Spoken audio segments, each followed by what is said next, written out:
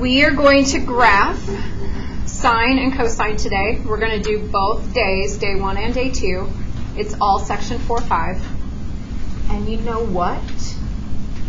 I'm going to have to give you some special graph paper, dear. Yeah, don't get that kind of graph paper. You can get regular, just paper to do this stuff on, but I have some special graph paper I can grab for you. I didn't even print that stuff out yet. Okay, so what you were supposed to do was go around, and I'm not going to take all the time to do it this second because you guys were already supposed to have done, and you were supposed to write the sine at each angle. And my stylus just turned off.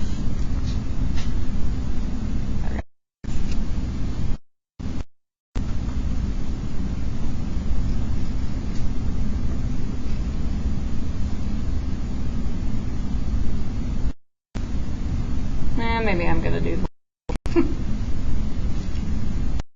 And what we notice is that the sine for each angle, it does keep repeating the same numbers over and over again. When I get into the third quadrant, it turns negative, but it's the same numbers.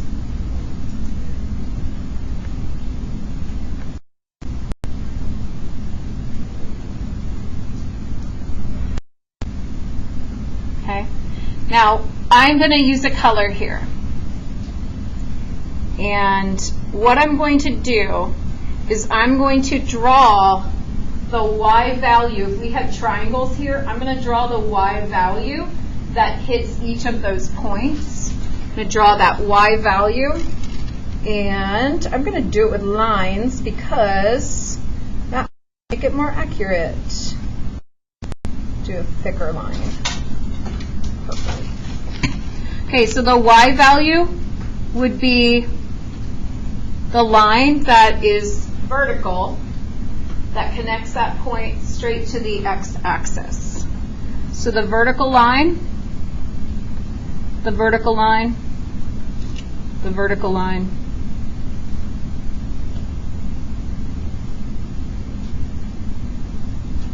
Oops.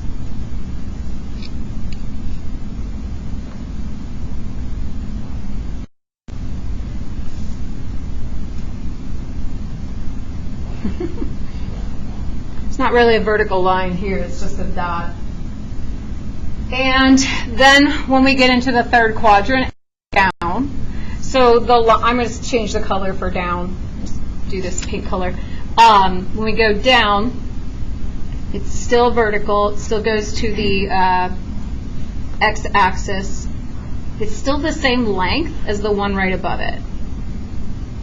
But the negative is meaning that it goes down. Oops.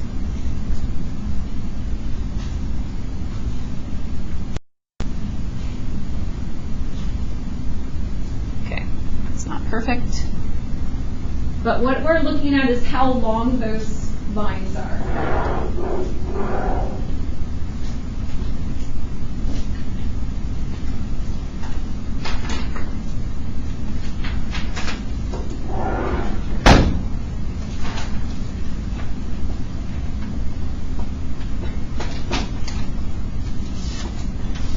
John, I didn't think about it ahead of time.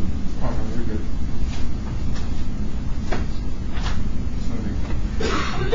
I know I have some.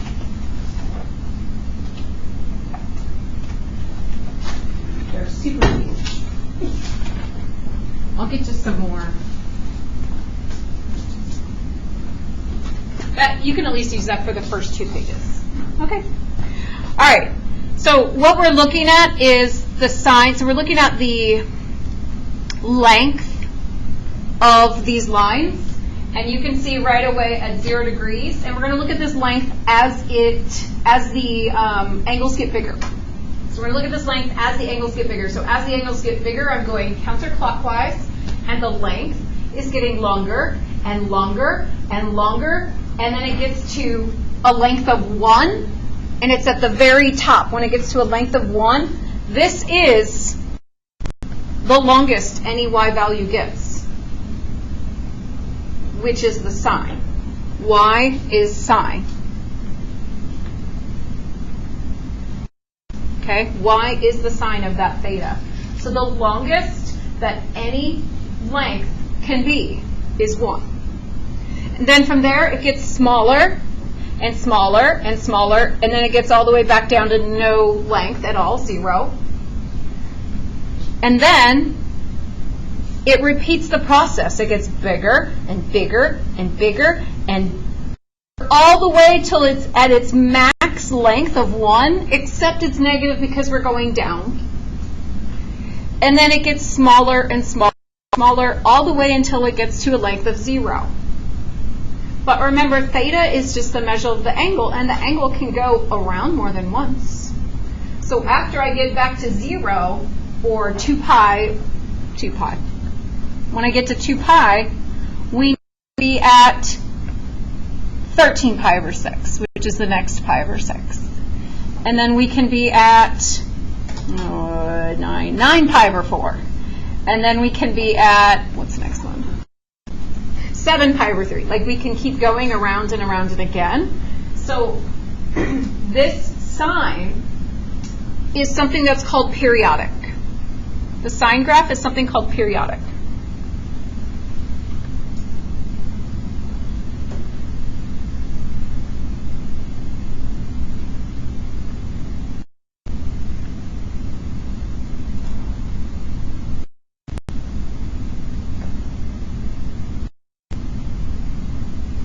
It has regular cycles. One cycle is one time around. The second cycle would be another time around. The third cycle would be another time around. It has regular cycles. And those cycles are called the period. Now I'm going to come back to that word in a second. Table, which we are going to take x, which is going to be theta. Our input is theta. And then the sign at that theta is going to become our y value.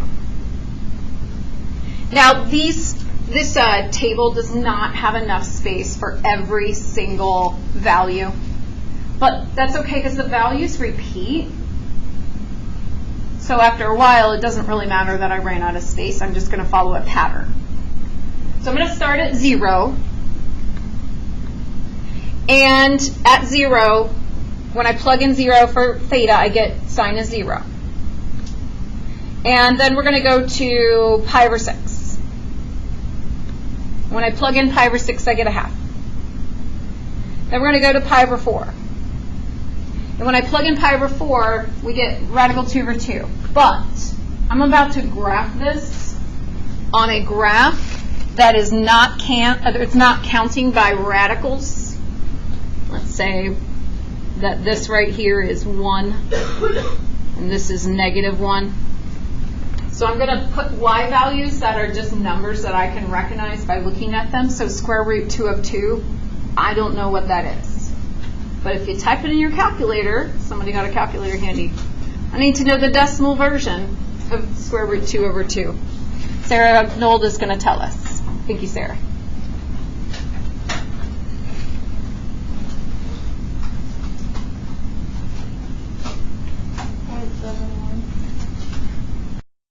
.71, and really, she doesn't need to get more accurate than that because I'm going to have to graph it, and how accurate can I graph hundreds and thousands of this, right?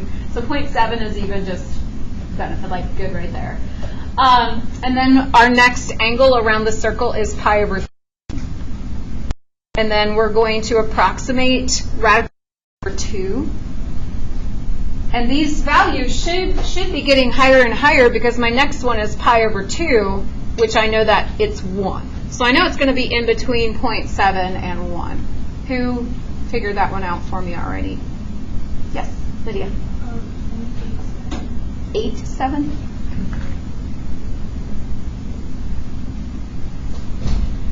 So how accurate are we really going to be? Are we going to be able to get to 0.87? Maybe more like 0.9. I mean, I'll write it down, that's fine. Okay, so then these are going to repeat as I go to the higher angles. So the next angle is 2 pi over 3 as I go around the circle. That's going to be approximately 0.87. And then I go to 3 pi over 4. That's going to be approximately 0.71. And then I go to 5 pi over 6. And that's 1/2. And then I go to pi, and we get 0.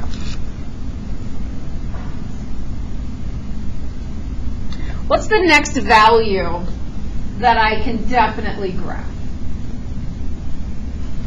Like easily graph. What's the next x value that my y value would be easy to graph? Look at your circle. What's the next x value? Theta. That my y value has a nice answer.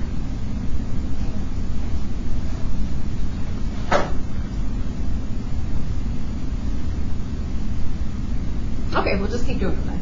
All right, so the next one is 7 pi over 6. So at 7 pi over 6, we have negative 1/2. And then, oh no, what'd I do? And then at, what's next?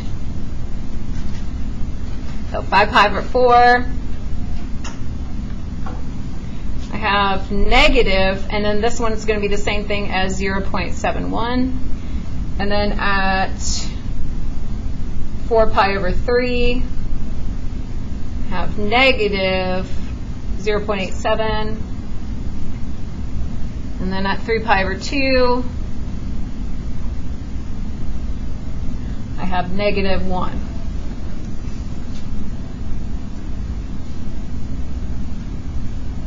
So I don't really want to list all of these. What's in the fourth quadrant that might be an easy one to graph? Lydia? Yeah, that one, 11 pi over 6, is probably an easy one to graph. And definitely 0, 2 pi. 2 pi would be 0. That would be an easy one to graph. We can just approximate the rest of them because we're going to follow the same pattern. So now we're going to take this and we're going to graph it. So let's see. 0, 0. Boom. All right. Oh, no, fractions. Pi over 6. So I see pi over 2. Pi over 2 is like 90 degrees. So this line right here is what? What's halfway in between 0 and pi over 2? John? If you're looking at my circle, what's halfway in between? I'm looking at the x values. I'm looking on the x-axis. What's halfway between 0 and pi over 2?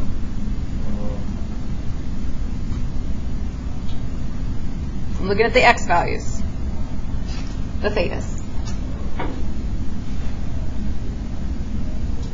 I'm going to be honest, I was kind of zoned out. I apologize. It's okay. Now I'm going to ask you the same question again because it's not a hard question, even if you were half asleep. You ready? Yep. What's in the middle between 0 and pi over 2? Pi over 4. Okay. So this has got to be pi over 4. I'm not going to do this homework for you guys, so I'm just trying to help you know where things are. So where would pi over 6 and pi over 3 be? Would they be exactly in the middle of 0 and pi over 4? Would they be exactly in the middle? I mean, there's only so accurate we can be, but like if pi over 4 is 45 degrees, this is 90 degrees, I need to know where 30 degrees and 60 degrees are. How could you maybe describe, I'm going to ask Caleb, how could you describe where 30 degrees or pi over 6 might be in between 0 and pi over 4?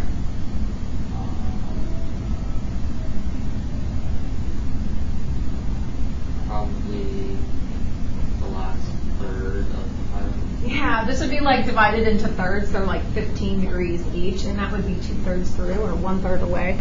Yeah. So about here, that's going to be pi over 6. Okay, using what Caleb said, where can I put pi over 3? Caroline, where can I put pi over 3, kind of going off what Caleb said? Halfway between pi over 4 and pi over 3. So it's going to be right in exactly in the middle? Is 60 exactly in the middle of 45 and 90? No, it's not exactly in the middle. So Caleb said it's a third away from pi over 4. And then I changed what he said and said it was 2/3 forward in there. Can you use that to kind of figure out where 60 would be? She's got it.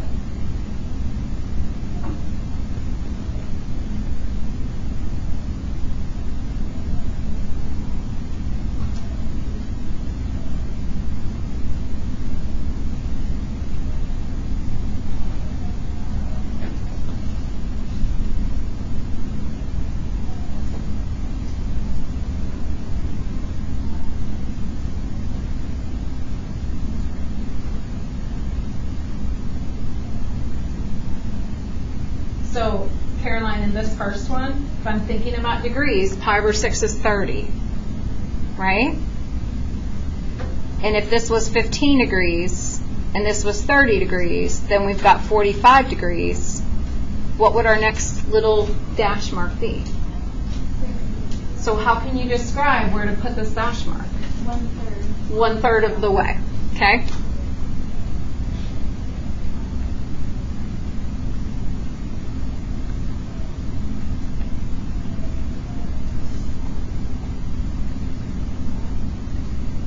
So that's going to be my pi over 3, 1/3 of the way. So now I'm not going to need to label every single one of these. We just have to keep in mind that they would be kind of divided into thirds. Now, when I know something funny is this is a different graph. It's not funny. This is a different graph than I gave you in your homework. So I'm doing this with you so that when you go to do your homework, you might know how to approach a different scaled graph. But we also have some examples today that are on the different one. This is just our first time of ever graphing it. So now we're going to try to be accurate. We're going to graph, well, we did 0, 0. We're going to graph at pi over 6, 1/2. So that should be pretty accurate. And then pi over 4 is 0.7 here. And then pi over 3 is 0.87, so almost 0.9. And then pi over 2 is 1. And then I'm going to keep graphing. The next one, oh, this one's kind of, hold on, this one's bothering me. It's not quite in its right spot. It's hard to do it. Oops, because I'm using eraser. There we go. All right. So then the next one, we're just going to kind of follow that pattern.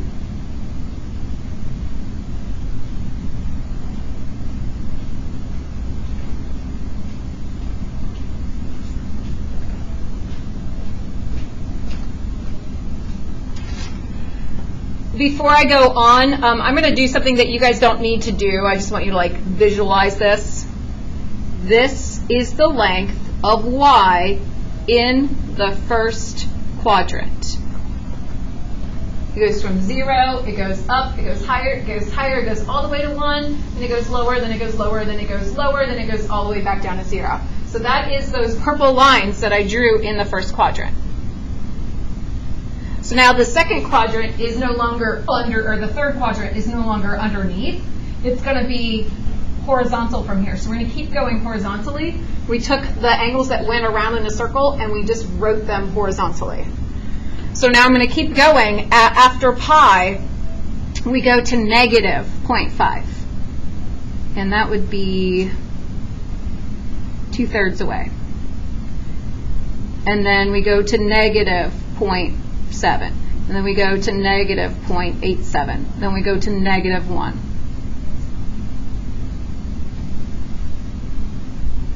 And then we go backwards from there.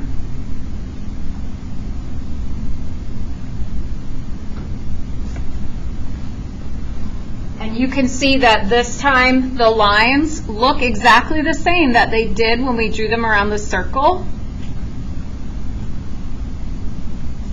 The length of the y values are just going down this time. So the graph itself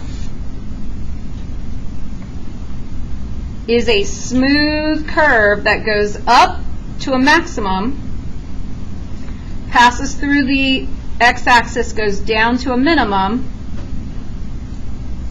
comes back up again. This is what it looks like, a very smooth curve.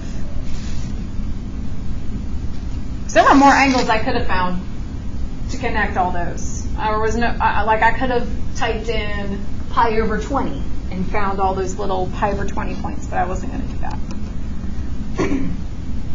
Now I told you that this is one time around. We are not going to just go one time around. We're going to always complete the whole graph. So I could go 2 times around. If I add on more angles, that's going to go this direction. So I really don't have any more graph over there. But it will keep going forever if I kept picking bigger and bigger x values, which are the thetas. Now I'm going to look on the other side of the graph. What does a negative pi over 2 mean for that circle? What does negative pi over 2 mean for that circle? It's not written on the circle. Daniela, do you know what a negative pi over 2 means in this circle?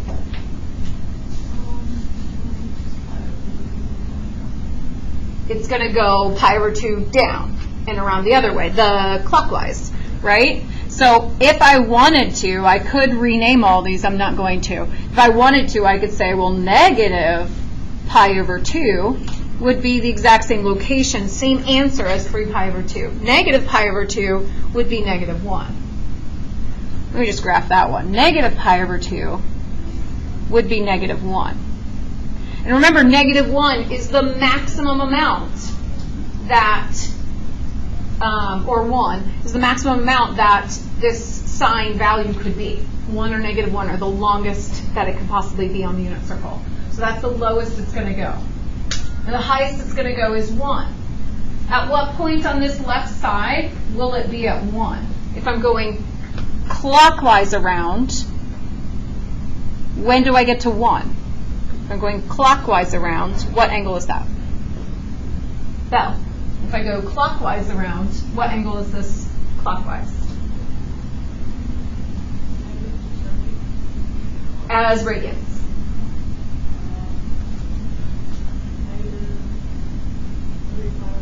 Yes, negative 3 pi over 2. Because you'll notice that, like, you are right, it's negative 270, but looking at my graph, I don't have 270s on there. So negative 3 pi over 2 is where it is at 1. How about 0? Where is sine 0 if we're going negative? Where is sine 0 if we're going negative? Nairi, if I'm going negative, where would sine be 0? If I'm going this direction, where would sine be 0? 0 or pi. What was the second thing you said? Pi. Pi, and then all the way around would not be 0. I mean, starting would be 0, but that's not a negative number. So negative pi would be here.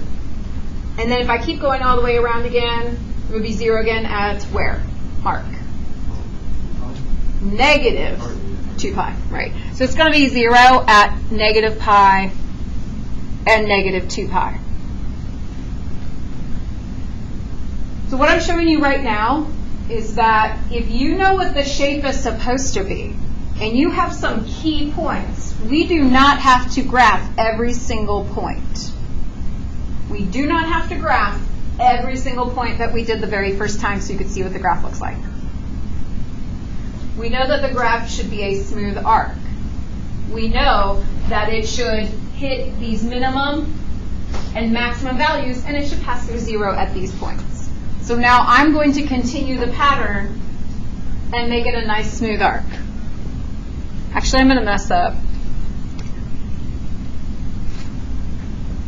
What did I do wrong? Chris, what did I do wrong? It's not curved. Oh, yeah. You do that, that's going to be wrong. I'm going to take off points. It needs to be a nice, smooth, relaxing wave at the in the ocean, at the beach. Put yourself somewhere nice. There's something else that I didn't do totally right. I mean, that's actually kind of sloppy, but besides me being a little sloppy, there's something else that I'm missing. Somebody know what it is? Nairi? The arrow, because it keeps going. My graph ran out of space, so I just need to show that it does keep going forever. Okay, the period, we were talking about how this is periodic, where it cycles over and over again. The period would be one complete cycle, the horizontal length of one complete cycle. So the period is the horizontal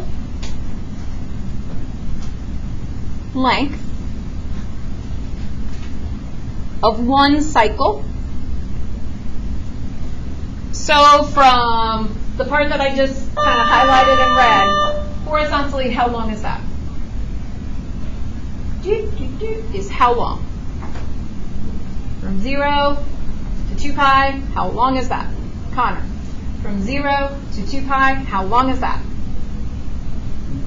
2 pi. Perfect. The period is always going to be 2 pi for sine unless we have transformations that change that. And we'll talk about that today too. And then there is two other things that we're going to talk about. There's something called a sinusoidal axis. Oh, how do I spell it? Sinusoidal, I think is how you spell it. Oh, that doesn't look right. It's on here somewhere.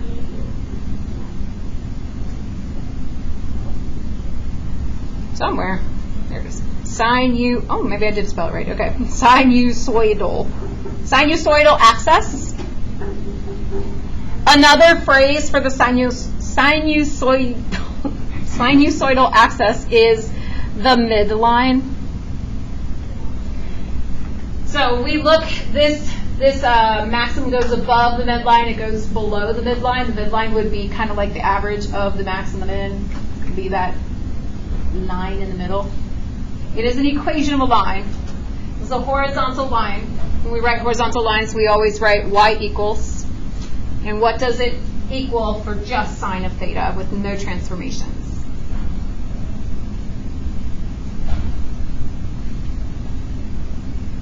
Reagan, what y value does it equal if it's right in the middle here?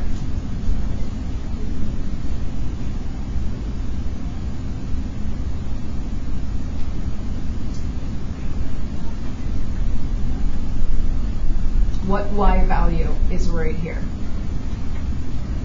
Like ordered pair, y.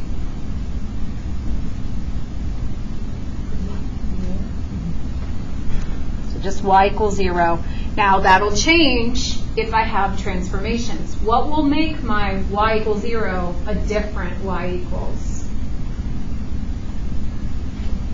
A translation up or down. Okay, and then the third thing that you're going to be asked to find that you might not know the meaning of is the amplitude.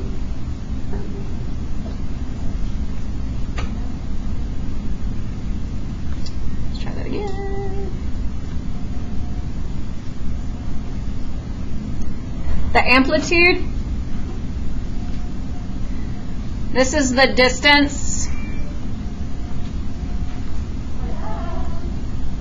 above and below, oh my gosh, I can't write, below the midline. So if we're looking at our midline of y equals 0, the distance above it and the distance below it, length, is always going to be a positive number. So what is the length above and below the midline for just sine of theta? 1.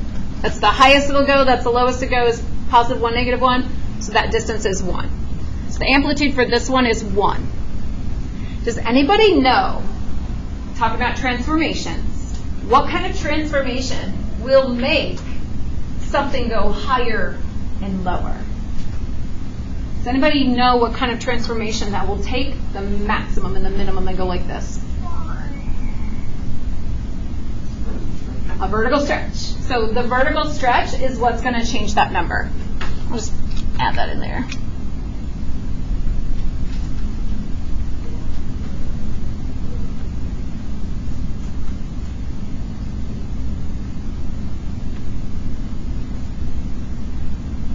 Okay, now on the next page, I'm not going to spend as much time on cosine as I did on sine.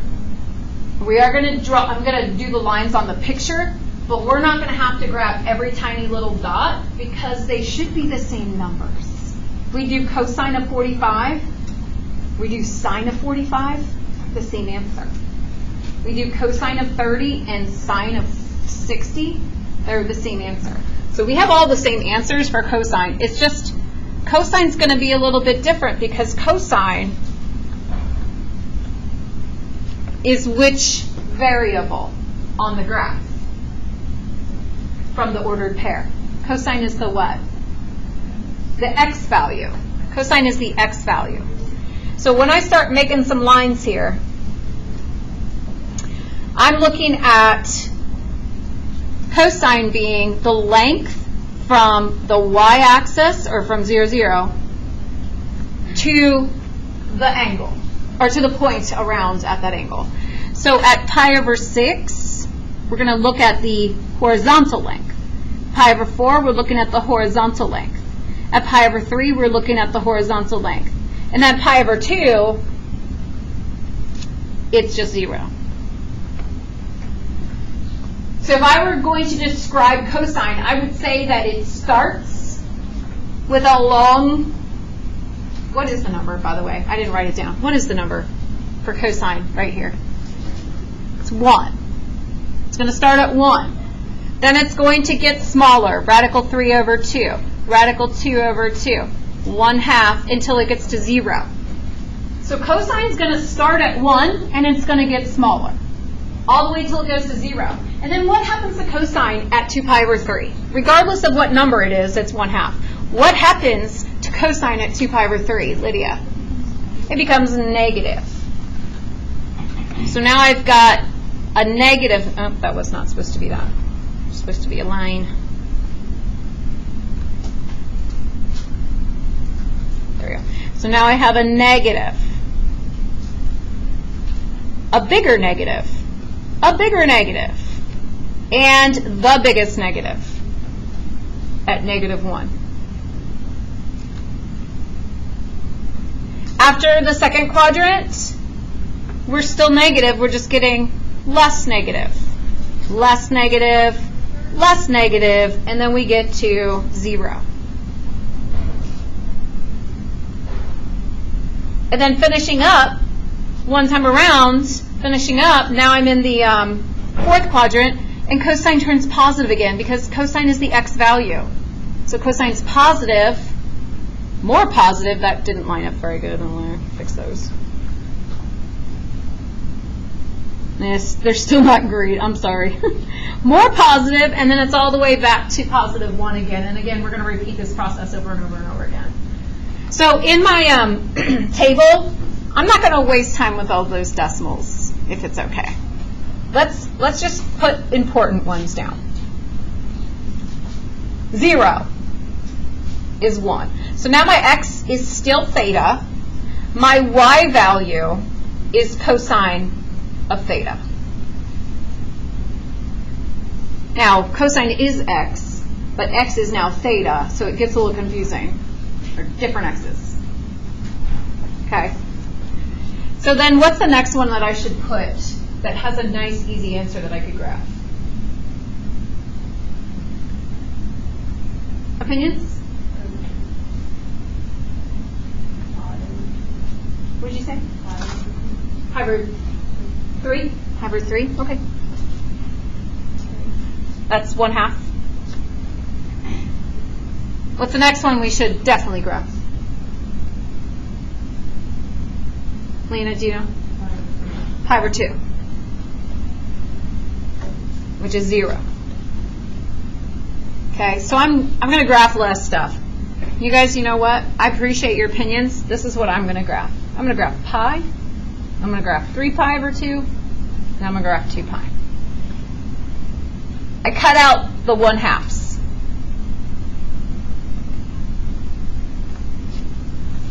So what I've actually chosen to graph is I've chosen a graph, we can graph the first 1/2 there, but I've chosen a graph the maximum number, the middle number, and the minimum number.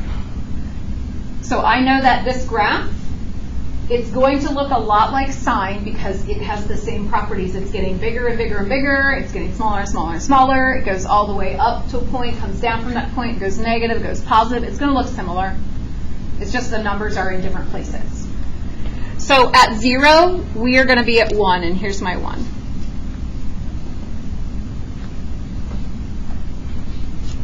And then at pi over 3, oh, why did I not choose pi over 3? Because it was like hard to graph. I mean, 1/2 isn't hard to graph, but pi over 3 was hard to graph. So that's why I didn't pick that one. Pi over 2, it's 0. And then at pi, -1. At 3 pi over 2, 0. At 2 pi, +1. It should be a similar shape to sine, where it has this nice curve. Now, third one is yucky. It has a nice curve.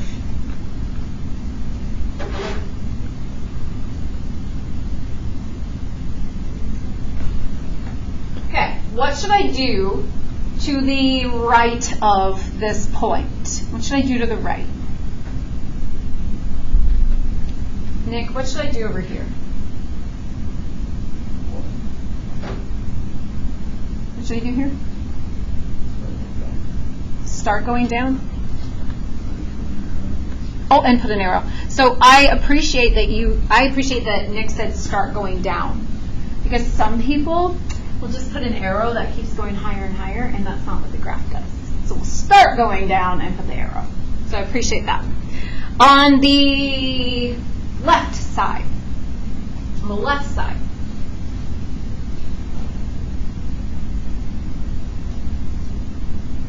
what should I do?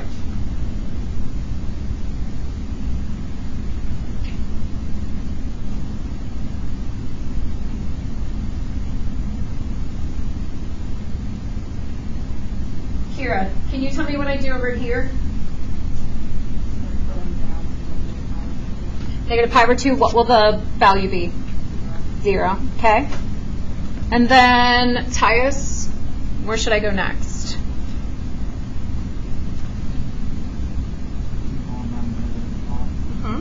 And then what will I be on the y value? Yep, negative pi, -1.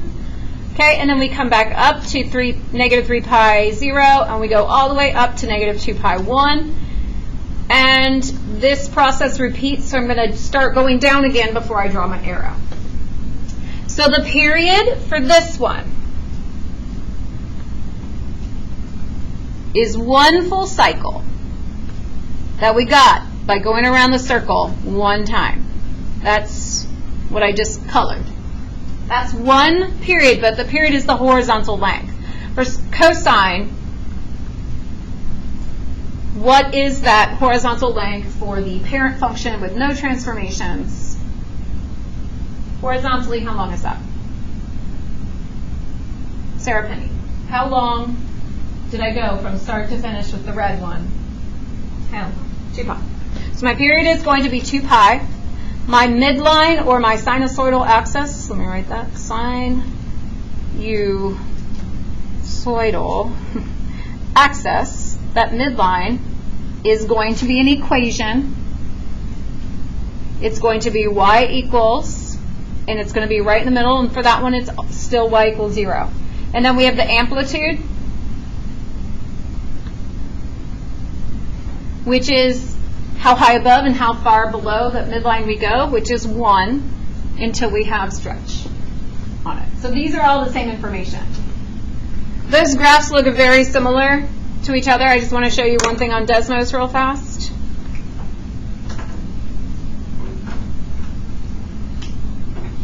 I'll do sine x, and then I'll do cosine x. You see how they look really similar?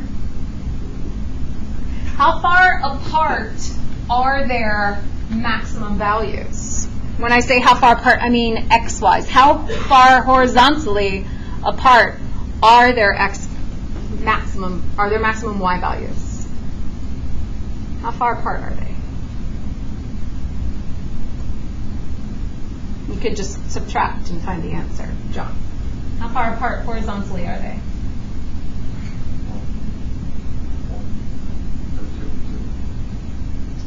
The x values? They have the same y value here and here. How far apart are the x values?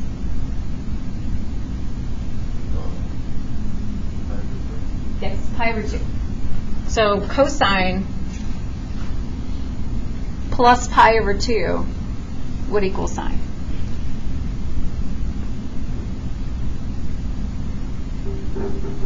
The angle.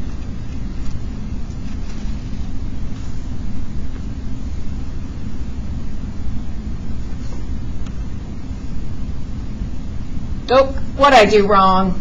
I'm doing a transformation. What did I do wrong? I just said cosine and then add the pi over 2. It should equal the same thing because that's what you said. The difference is pi over 2, which is totally correct. But what did I do wrong? Transformations. Lydia, what did I do wrong? Remember, horizontal stuff has to go opposite, so I should have written, oh, there we go. Now they're exactly the same. So I just want to show you that these equations are completely the same graphs. They're just separated by pi over 2. Okay, back to our notes. Let's move along here. On this page, you do not have to read everything, but if you have forgotten where numbers are and what they do to the equation, I put a reference table for you. We're just going to talk about that while we do equations.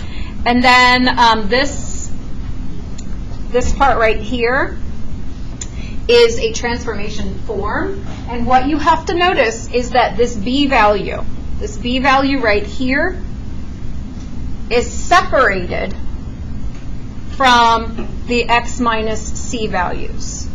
Remember how we had to factor out a horizontal stretch or shrink before we could find a horizontal translation?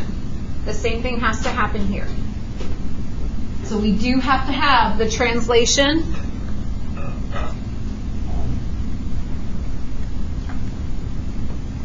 and horizontal stretch or shrink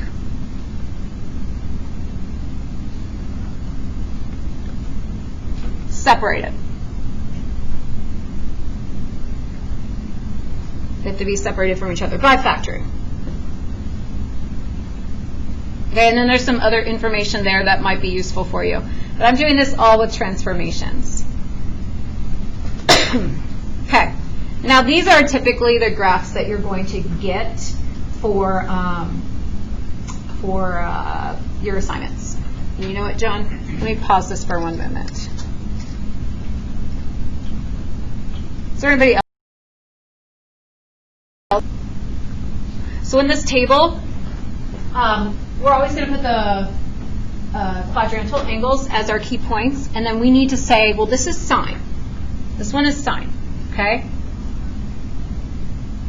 If you do not have the sine at those quadrantal angles memorized, that's okay. You can just go and draw those 4 angles. 1, 0, 0, 1, negative 1, 0, 0, negative 1. And the sine is which one of those coordinates? Y. The y values. So I'm going to write 0, 1, 0, negative 1, 0.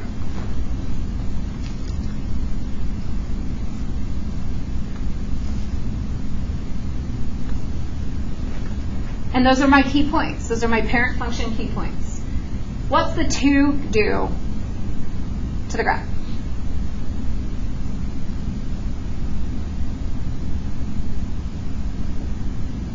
Sarah Knoll. Vertical stretch by a factor of 2. Perfect. Vertical stretch by a factor of 2.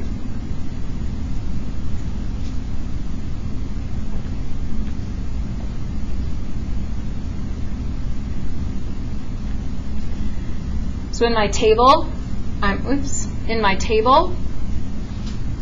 going to multiply all of my y values by 2. I am going to dash my parent function.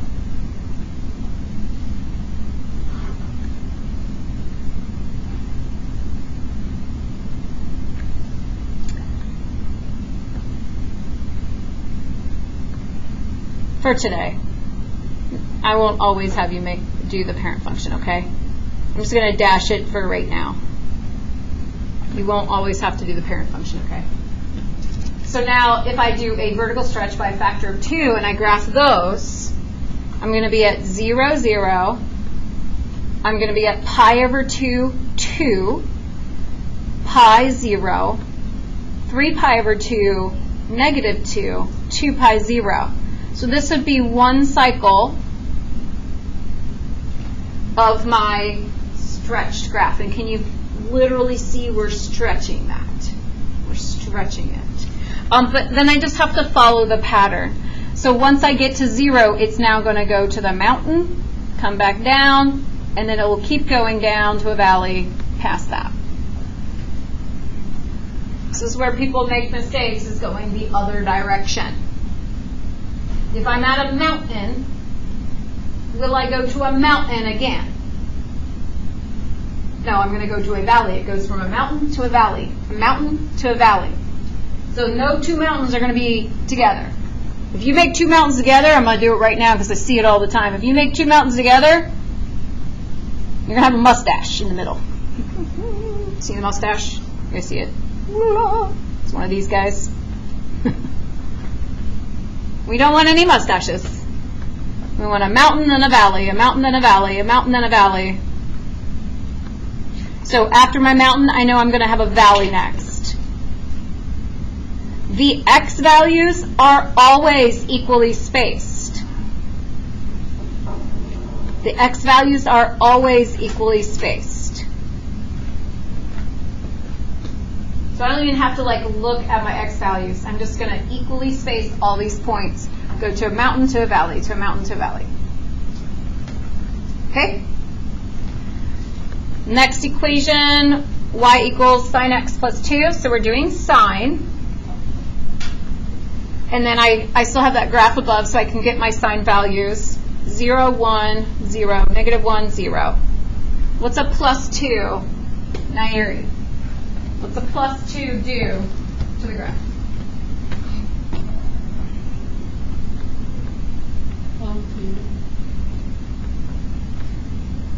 Translate up 2 units, yes. So that's going to be on the y side. I'm going to add 2.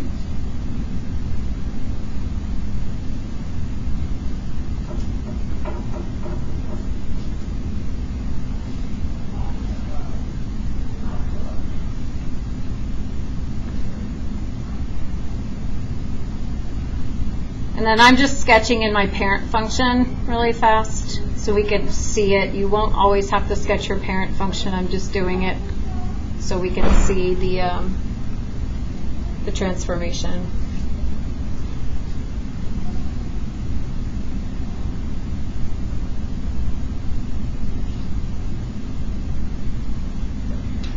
Okay, so at 0, it's going to actually be at 2. At pi over 2, it'll be at 3.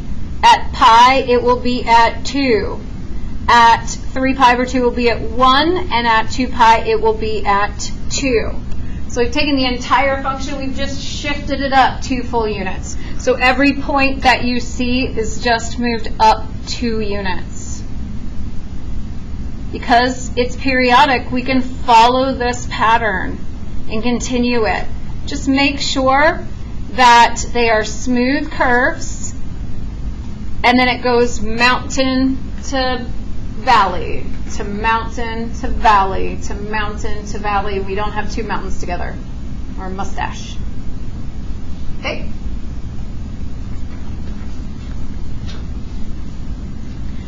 All right, these examples will be more like what your assignment looks like, where you'll have to also explain information that goes with this. So we're going to graph 3 cosine x. So if we don't know our cosine values, we're going to use that 1, 0, 0, 1, negative 1, 0, 0, negative 1. and cosine is the x's. So I'm going to plug in 0, nope, just kidding, 1, 0, negative 1, 0, 1. So those will be my key points for cosine. And this time I'm not gonna graph the parent function either. I'm just going to graph the transformed function. So our transformations, we just have a 3 in front, so that is a vertical what? Stretch by factor of 3. I'm going to take my verticals and multiply them all by 3.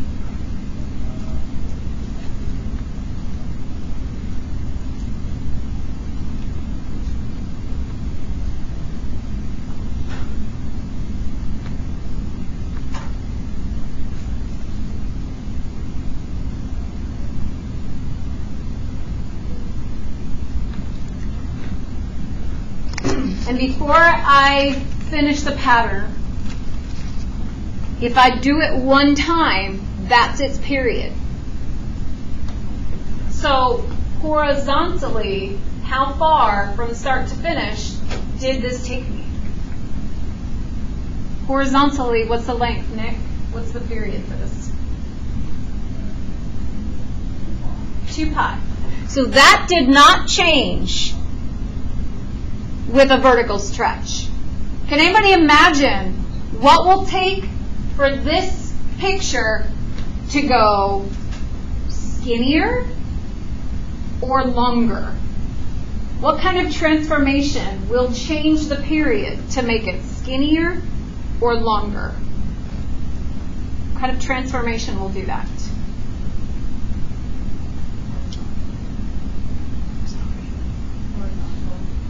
Who's talking? Oh, Kira. I couldn't tell where it's coming from. Kira, horizontal stretch or shrink. Exactly. If I horizontally stretch it, it's going to be longer. If I horizontally shrink it, so that's the only thing that's ever going to change the period. And we didn't have one here. So the amplitude, what changes the amplitude is a vertical stretch or shrink, which we did have.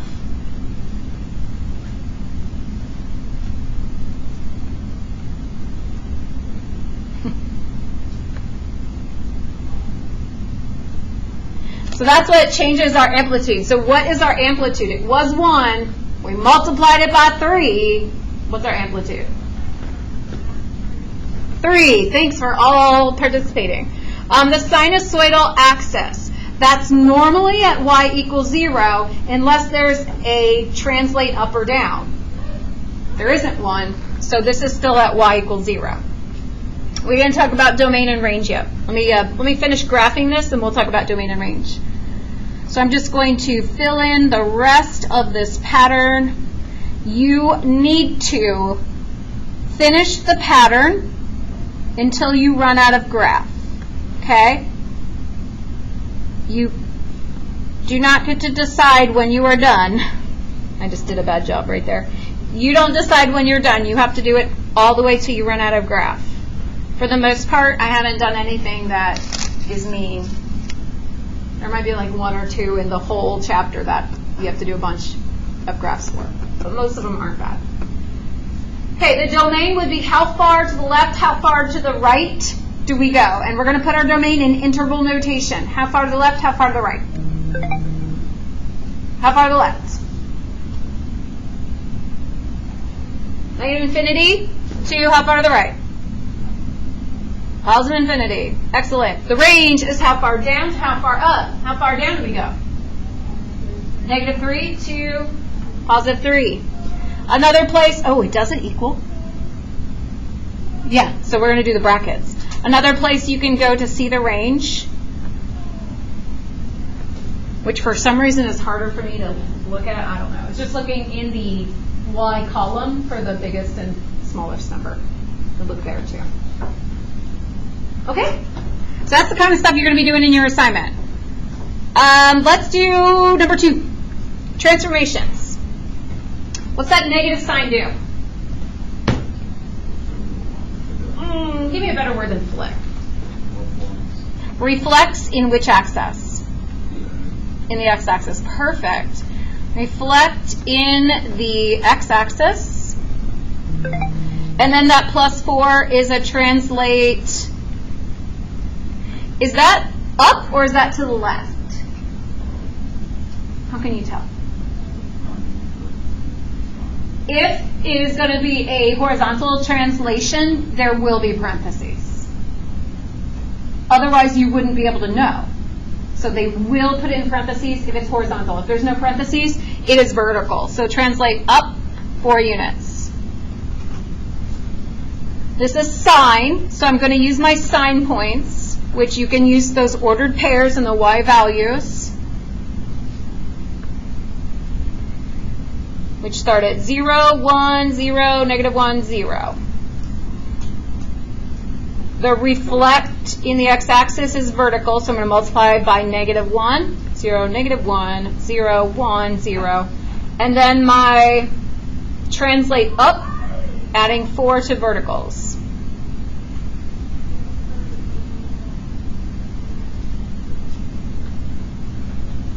Now I'm going to graph these. 0, 4. Pi over 2, 3.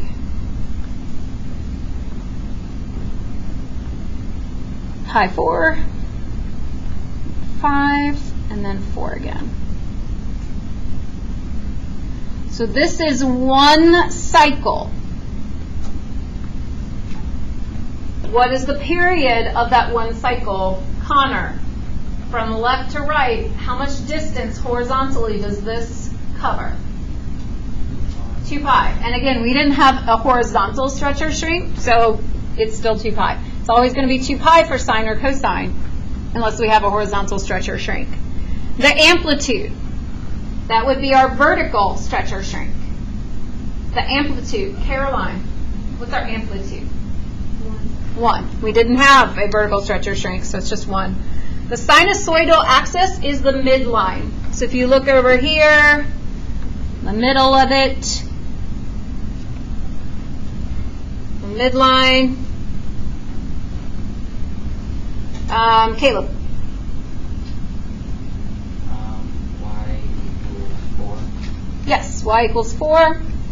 The domain is going to be all real numbers, which is -infinity to +infinity.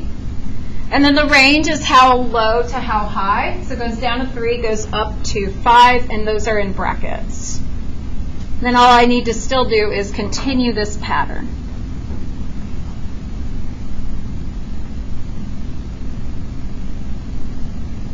And try to make it not so ugly. Make sure that your pattern goes from mountain to valley to mountain to valley, and we don't have 2 of those in a row. That's where I see mistakes being made, 2 of them in a row. Okay, so we have parent function points, and we're using translations. We are learning what this stuff means, but all of those things are affected by translations. Transformations, I said the wrong word. Transformations.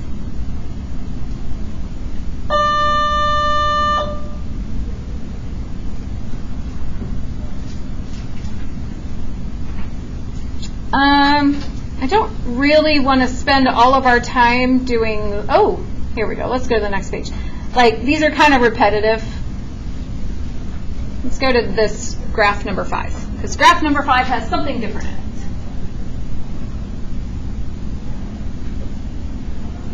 So we look at this and we see that it is sine. You're going to go and you're going to write sine. You're going to put your parent function values for sine, and if you forget what they are, you draw one of those circles and you put your ordered pairs.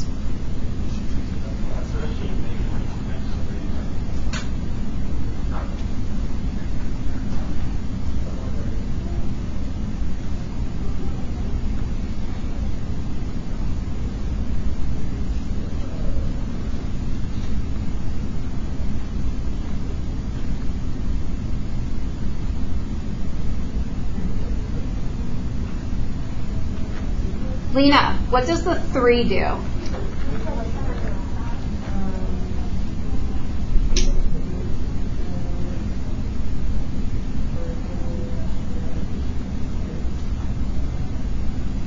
vertical stretch.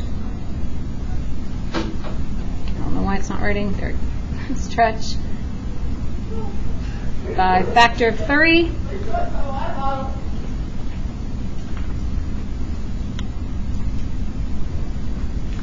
So what's the 1/2 do? The 1/2 is coming after the word sine. That is a horizontal stretch or shrink, and you are right. Horizontal. If you are not sure, maybe you didn't hear what Nick said, or maybe you're not sure of yourself, would that be a stretch or shrink? Skip the word stretch or shrink for a second. Horizontal stretch or shrink by a factor of, what would I actually multiply by if it says 1/2? We'd multiply by 2. Does 2 make it smaller or bigger? Bigger, so that is a stretch. I know some people had that messed up on that chapter 1 test, switched between the two. Okay, and then the +1 is translate up 1 unit. So in our table, we're going to multiply all of our y's by 3. We're going to add 1 to our y's. And to our x's, we're going to multiply by 2. Oops.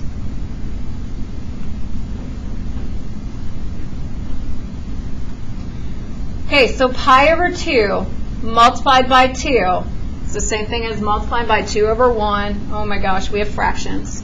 So we multiply straight across. The 2's cancel. We get just pi. Pi times 2 is 2 pi. 2 pi times 2 is 4 pi. These are always evenly spaced. So if I don't want to actually figure out all the fractions and I figure out some of them, the x's will always be evenly spaced. So what is that missing one that I didn't even figure out yet? It has to be 3 pi because they are evenly spaced. So if you want some shortcuts and you don't like doing fraction stuff, if you get some of them, they are evenly spaced. So now I'm going to graph 0, 1. I'm going to graph pi 4. At 2 pi 1. I didn't graph 0, 1. I graphed 0, 0. Oops.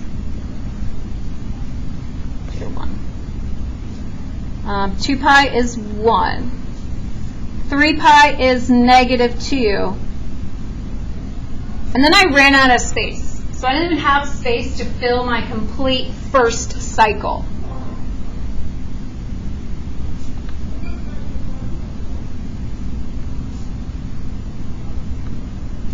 I do know that it will start going back up, so I can put my arrow, because it will start going back up. This is a mountain. So when I go to graph the rest of it that direction, what is the next thing I have to graph? This is a mountain. I now need to graph a valley. So I can kind of follow my patterns by going to the lowest point next. And it's going every pi.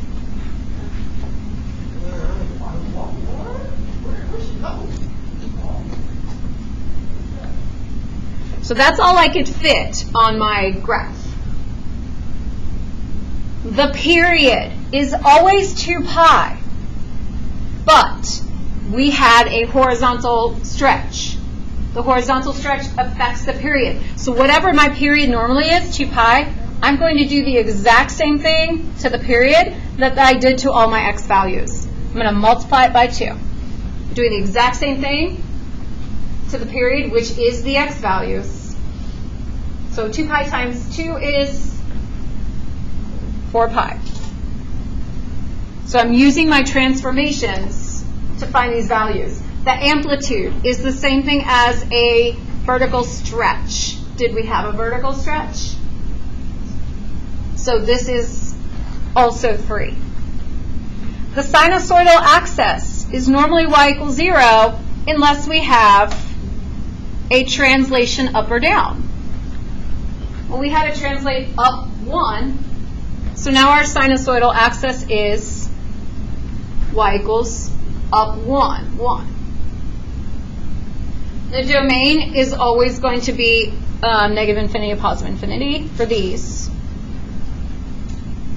And the range will be the lowest number to the highest number. So you can look at your graph or you can look at your table. The lowest number is -2. The highest number is 4.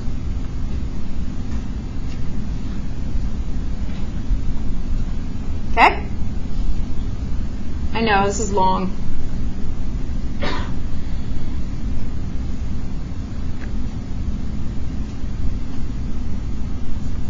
On the next set of notes, we're going to do this last example, but then on the next set of notes, we're going to not do a ton of examples because the next set of notes typically would be a second day, but this should be pretty fresh in our mind. So we're just going to do like a couple examples in the next set of notes. Let's just do this last one on here. Graph y equals negative cosine 2x minus 2. So the graph is cosine, and I'm using my ordered pairs for cosine. It's going to go 1, 0, negative 1, 0, 1. And I'm getting that from the ordered pairs on the quadrantals. And then we need to do our transformations. The negative would be a reflect in the x-axis. The 2, which 2? The first 2, the cosine 2x. So if it comes after the word cosine but before the x, that's going to be horizontal. So the 2 is going to be a horizontal what? Shrink by factor of 1/2. And then the minus 2 would be translate down 2. Now, I'm going to fill out A through E without even graphing it. Okay? When we end up taking quizzes on this, there will be questions where you don't have to graph it and you just have to answer these questions. So if you understand where this stuff comes from the equation, it's going to save you a lot of time. So the period has to do with the horizontal stretch or shrink. We take 2 pi and we apply the horizontal stretch or shrink. So what am I going to do to my 2 pi here? Horizontal shrink by a factor of 1/2. What am I going to do to 2 pi? Multiply by 1/2. I multiply by what I wrote in words, 1/2. Because down here I would multiply all my x's by 1/2. So my period is going to be pi. And I'll graph it. I'm just not going to graph it first. I want you to see the information and then see that it works. The amplitude would be the vertical stretch or shrink. Did we write that down? Nope. So what's our amplitude normally? Just normally, no, amplitude is how high and how low it goes, so it can't be 0. 1. The sinusoidal axis, that is the midline, and that is affected by a translate up or down. Did we have a translate up or down? Yes, down. Went down 2. So our sinusoidal axis is now going to be y equals -2. So I know right here this is going to be the middle of the graph. The domain is always all real numbers, so negative infinity to positive infinity. And the range, that one I can't quite do without at least filling out my table. So, I mean, I guess I could, but I might as well just fill out my table to figure it out. So I'm going to fill out my table now. I have to multiply these by -1 and then take away 2.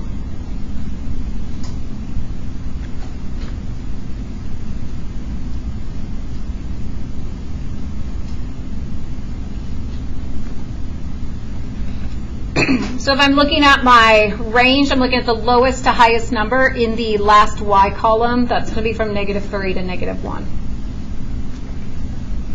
There, I got all the information without even graphing it.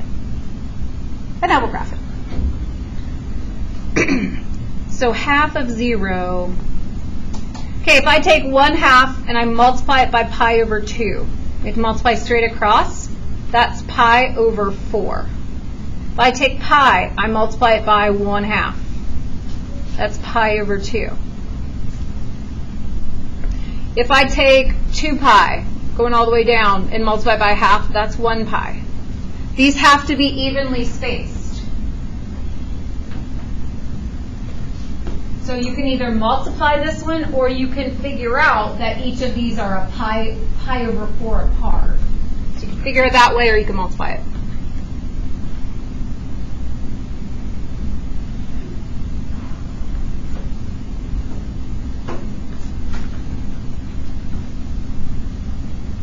So at 0, -3. Pi over 4, -2. Oh no, where's pi over 4? That's not labeled for me, Lydia. It's right in the middle of 0 and pi over 2. So this is where I was telling you earlier, sometimes you're going to like have to figure out where the stuff is. Pi over 2 is -1. 3 pi over 4 is not there, but pi is there. Pi is -3. So 3 pi over 4 has to be exactly evenly spaced. So I know exactly where it's going to be. It has to be in the middle of these two. They're all evenly spaced. So that helps you.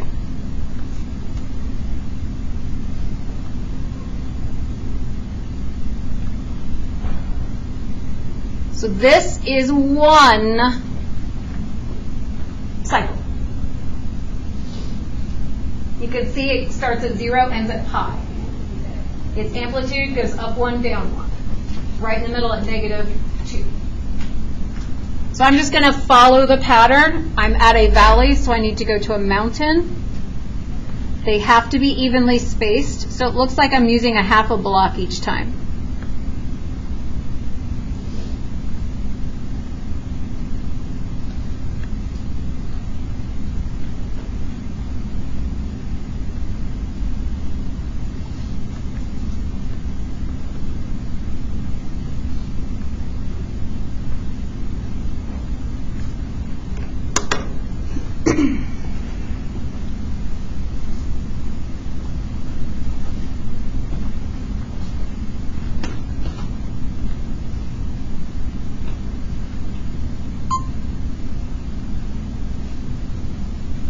Okay, get out of your seat and like shake whatever. It's long, I know it's long. But like, get out of your seat for a moment. I still have to open my next set of notes up.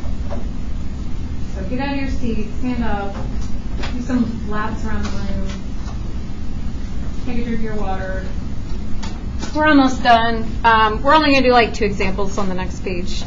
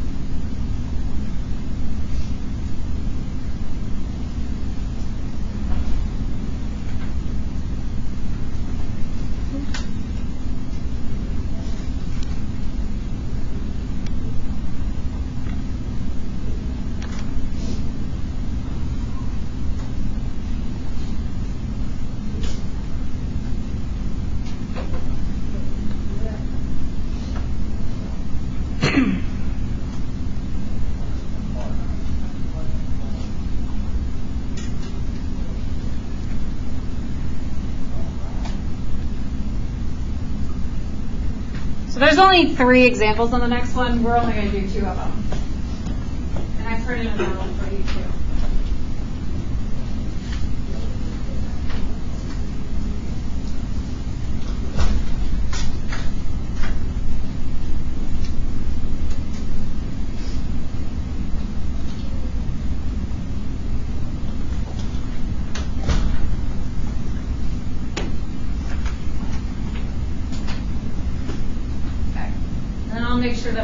bunch of papers that have the table and the graphs for you guys printed out, those of you that don't like using Cami.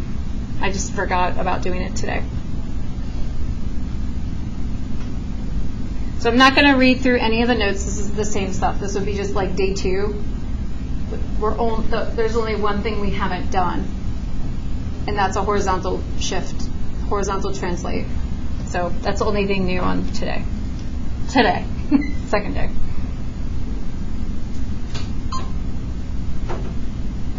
All right, so I look at this equation, and first of all, I notice it's sine. So in my table, sine, oopsies, in my table, sine, my point, somebody used from that those quadrantal angles, and it'll be 0, 1, 0, negative 1, 0. Do you have to know those points? Or will Miss Criswell give them to you every single time? No, you should know those, and they come from the quadrantal ordered pairs. Okay, transformations. We look and we do not have anything in front of the sign, so we do not have a reflection in the x-axis. We do not have a vertical stretch or shrink. Inside of our parentheses, we have 2/3 x minus pi over 6. All right, tell me what I need to do. There's a reason why this is on a different day. Why is this one different? Why is this one different? I'll give you a hint. A lot of you people missed it on the test. Maybe that's not a good hint because you missed it on the test. Lydia? Yes.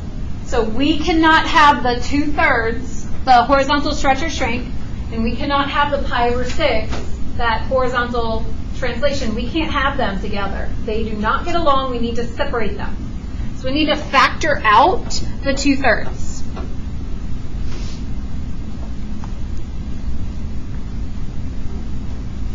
So it's going to look like sine 2/3 parenthesis x minus. Now to factor that out, you are dividing. You are doing the opposite of the distributive property. You're dividing. So I have a negative pi over 6, and I'm dividing the 2/3. Instead of dividing by 2/3, what do we do? Multiply by the reciprocal. So negative pi over 6, we're going to multiply by 3 over 2. That's going to go straight across. And I'm going to reduce, and I get pi over 4, minus pi over 4. So this is the actual equation that we're going to use for our transformations. So sine 2/3. Where am I writing my transformations? Does it say transformations somewhere? Oh, okay, well I'm just going to find a spot then. Let's write it down here under the graph. The 2/3, that is a horizontal what? Stretch or shrink. Horizontal something by a factor of 3 over 2. So the question is, does it make it bigger or smaller? 3 over 2. That's going to be a stretch.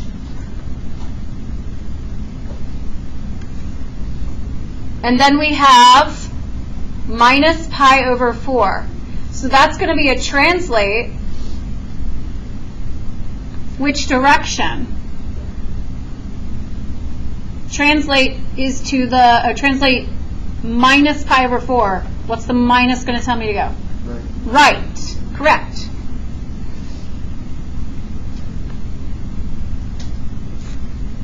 And those are all my transformations. So my table, I'm going to multiply all my x's by 3 over 2.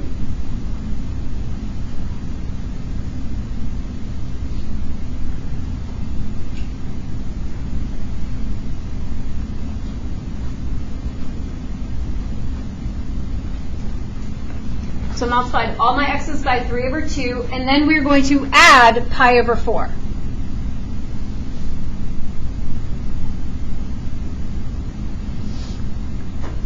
So 3 pi over 4 plus pi over 4 is 4 pi over 4, which is pi. 3 pi over 2 plus pi over 4, I need that as a common denominator. So that would be 6 pi over 4. Plus pi over 4 is 7 pi over 4. 9 pi over 4 plus pi over 4 is 10 pi over 4, which reduces to 5 pi over 2. And 3 pi plus pi over 4, I need a common denominator. So 3 pi would be 12 pi over 4. So 13 pi over 4.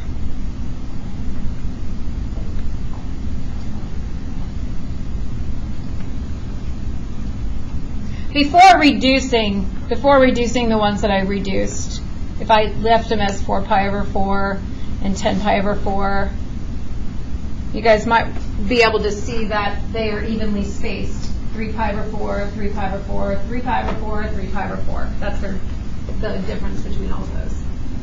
Okay, so we're going to graph, and pi over 4s are in between 0 and pi over 2. So at pi over 4, we are graphing 0. At pi, we are graphing 1. Now, I notice, this is what I do. I notice that these are 1.5 blocks apart, 1.5 units apart. So when I go to do the next one, if I don't know where, what does it say, where 7 pi over 4 is, I can figure it out by saying it's got to be 1.5 units away because they are all evenly spaced. And then the next one at -1 has got to be 1.5 units away, but that one is on the graph. And then 1.5 units away would be right up here. So this would be my initial graph. And then from there, I'm going to keep following that pattern of 1.5 units to finish the graph.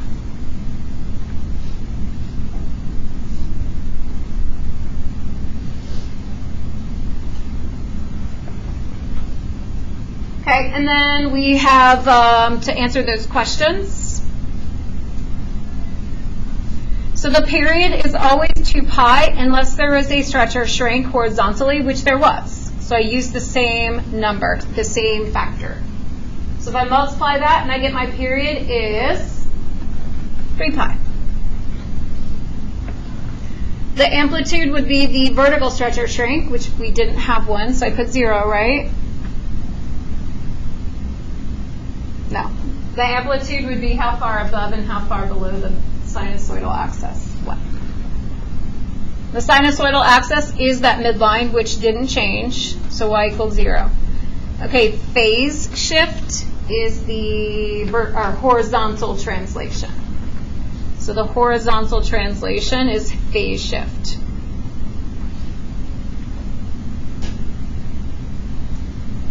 So we went right pi over 4. And that's probably why I didn't have you write down the transformations, because we pretty much write them in there. The domain is all real numbers, so -infinity to positive infinity. And the range, how far down to how far up, -1 to +1. Okay, so the biggest thing about this was factoring out that number. Okay, the last one I want to do is number 3, and that's a cosine.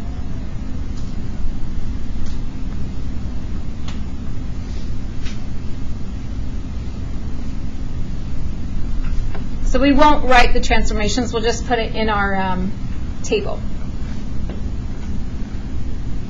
So the negative sign is a reflection, the 2 is a vertical stretch or shrink. I can multiply those at the same time.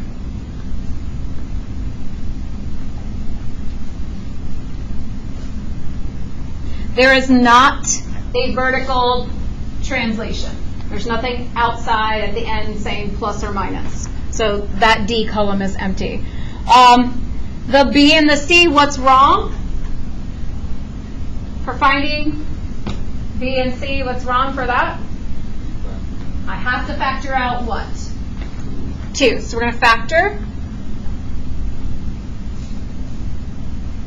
So I'm going to rewrite this as -2 cosine 2 parenthesis x plus pi close parenthesis.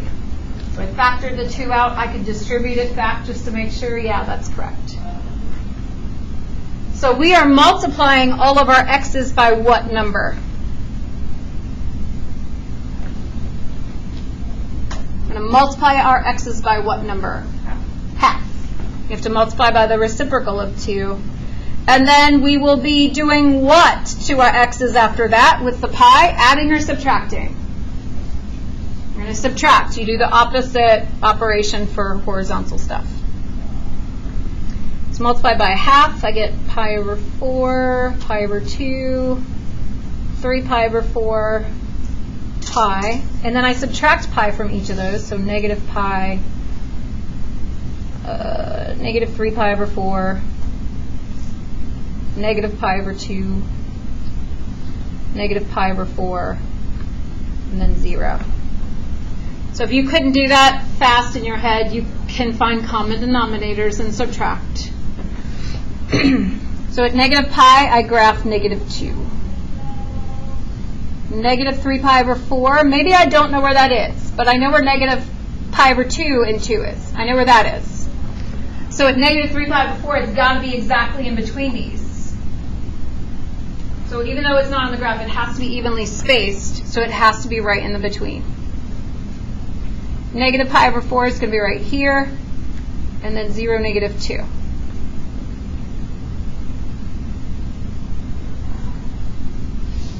So that's our original cycle. And you guys would finish that pattern, which I'm doing super fast because I think it's more important to go through the, it's so ugly. Sorry. It's more important to go through the vocabulary. Oh man, now I'm doing a bad job though.